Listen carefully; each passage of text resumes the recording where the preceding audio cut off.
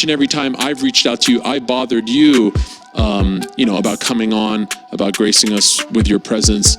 This particular time, the 10th time, truth be told, I hope you don't mind that I'm breaking down the fourth wall. Fair. You reached out to me this time. I gave you a call, yeah. You gave me a call last week, and you said that you wanted to share some news with the world. Yeah. You had something that you wanted to get off your chest. So without further ado, the floor is yours. What do you want to say? Yeah. Well, I think it's fairly obvious what I'm going to say. I'm retiring from the sport of mixed martial arts, and frankly, I'm retiring from everything.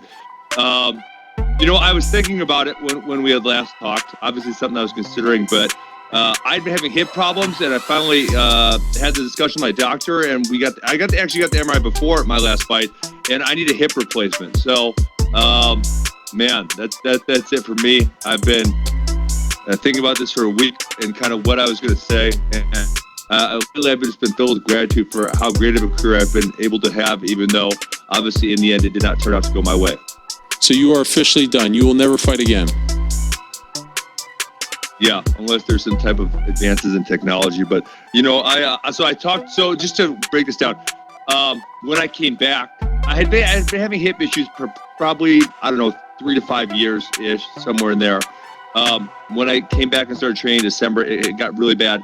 I visited my doctors in Colombia, who I kept in touch with. That was where I went to college. I went down there, I got an x-ray, and I got a PRP shot.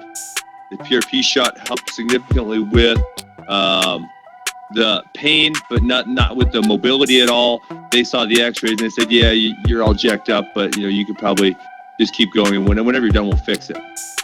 So in about August, it had gotten pretty bad again, and I went down there, got another PRP shot, and that didn't really help all that much. So I consulted with that doctor, and he said, hey, you know, why don't you get the MRI before your fight? I'll look at it. When you're done with your fight, we'll scope your hip, and that'll give you a couple years worth of relief. You'll probably need to get the hip replaced at some point. And then, you know, I got the MRI done, and he didn't call me back. He didn't get back to me. I thought that's kind of strange.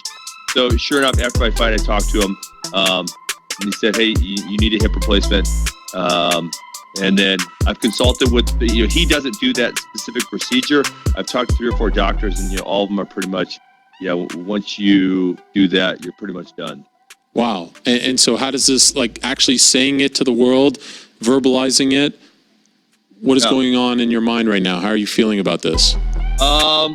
I mean, right now, I'm not really feeling too much, but I got really emotional the other day because I just started thinking about all the great experiences I've had, and man, how lucky I have been to have the amount of success that I have. I mean, from everywhere, right? From high school state titles to junior national titles to 29 world teams to everything I did in college, whether it's national titles or Hodge trophies, to the Olympic team, to a Bellator title, to a ONE title, to, you know, even this UFC thing, man, I'm grateful that I had the opportunity to go see if I could do it, because if I never got that opportunity, I think that would have eaten at me as I got older.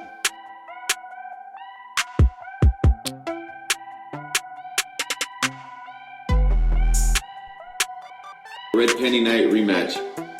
I think the fight makes a lot of sense at this point of our careers. I'm number 2, he's number 3. We both need opponents. Let's go.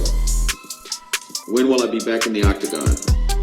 I'm really planning to fight in March, hopefully mid or late March.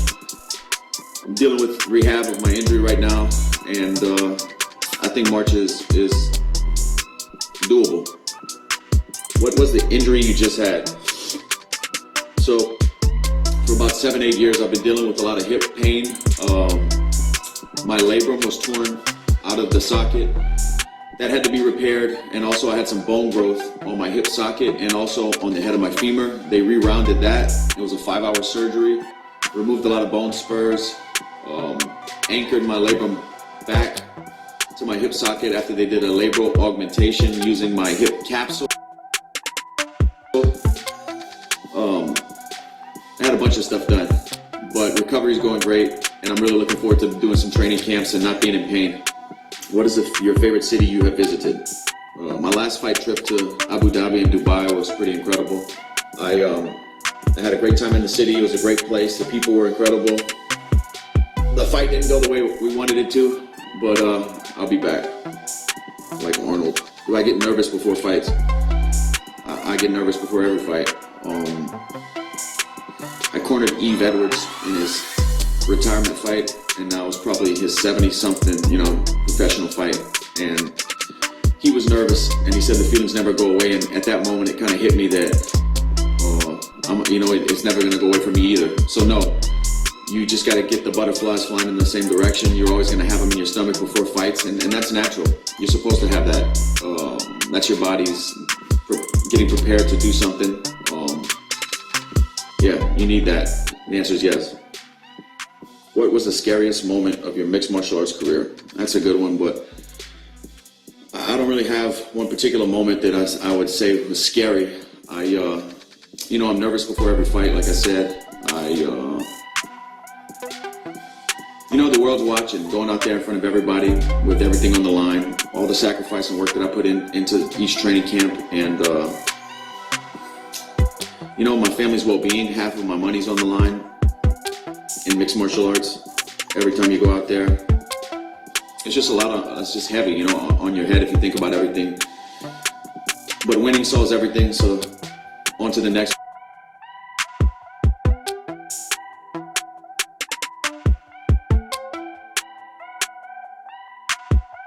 I'm totally switching topics, but I've wanted to ask you this. My first time getting to talk to you in a while.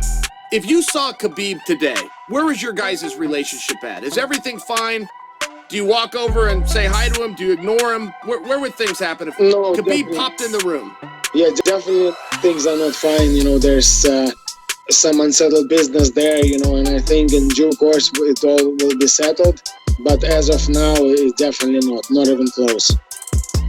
Okay, and is there anything weird, like did the Russian fans give you a hard time for that? I know you're in Ireland now, but was there any push and pull on that as though you had done something out of line?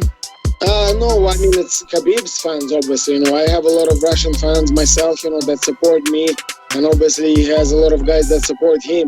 So obviously, his guys that support him, they always have a lot to say about me. But I don't mind, it keeps my name in the headlines, it keeps my name in the internet searches, and as a result, it keeps my salary nice and high. I love it.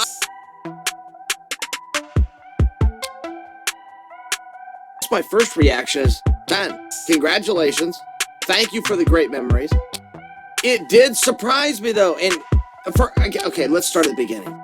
Ben goes on Ariel's show, and it appeared that Ariel wasn't given a heads up that Ben was going to announce a retirement. I took that as sincere. Either way, he stated the case for the retirement of saying, hey, I got to have a hip replacement. So then the dialogue starts. Okay, well, how long has his hip been bothering him? Did that have an outcome on the Maia fight? Well, Ben didn't touch on any of that. He didn't offer any excuses like that. But it surprised me that he retired for that reason, only because he had been talking recently, even after the Maia fight, about, look, I'm gonna have to take some time and see if I even want to do this anymore. So I had no idea he had this hip bothering him, and when he announced his retirement, Ben is such a competitor, and he wanted to be the world champion. And he did it over at Strikeforce, and he did it over in ONE FC. Then he wants the big unification match and just grab all the belts. But a selfish guy will, right? This champ thing is a very real phenomenon going around. I have nothing against it. Grab as much hardware as you possibly can. So I thought if Ben was going to retire, and when I read the headline that he had retired on Ariel's show, I assumed it was just from a competitive standpoint of the road to the championship is not as clear and laid out for me. Guys, don't forget, when Ben came over, he fights Lawler. He's then one fight away from fighting for a championship. Some of us have forgot that piece of history. His fight with Masvidal, should have he won, he would have likely have gone, he'd be fighting for the championship. So he loses to Masvidal, ends up in there with Maia. I mean, overall, it was a very good body of work. And even if he's got 1 win and 2 losses in the UFC, he's got 19 wins in other places, 2 belts in 2 different divisions. And I do think the story of those 3 fights needs to be told accurately. And he's one of those guys who was vocal, who was in your face. So he's one of those guys that also sets himself up to, have his face rubbed in it like the puppy that missed the paper. But you have to understand that was a big risk that he took. You got to make a debut against Robbie Lawler. That's a hard night out right there. You have to debut against the former world champion. Tough night. Then you go into Masvidal, who is now a champion, at the time was a contender, and take a shot that nobody in the company could take. You could bring in a heavyweight. You could bring it any way you want to do it. There was nobody in mixed martial arts that could take that shot. Then you go into a fight with Maia, who's a former #1 contender in 2 separate divisions. They have a fight of the night. It was a great performance. It was a great career. That's the way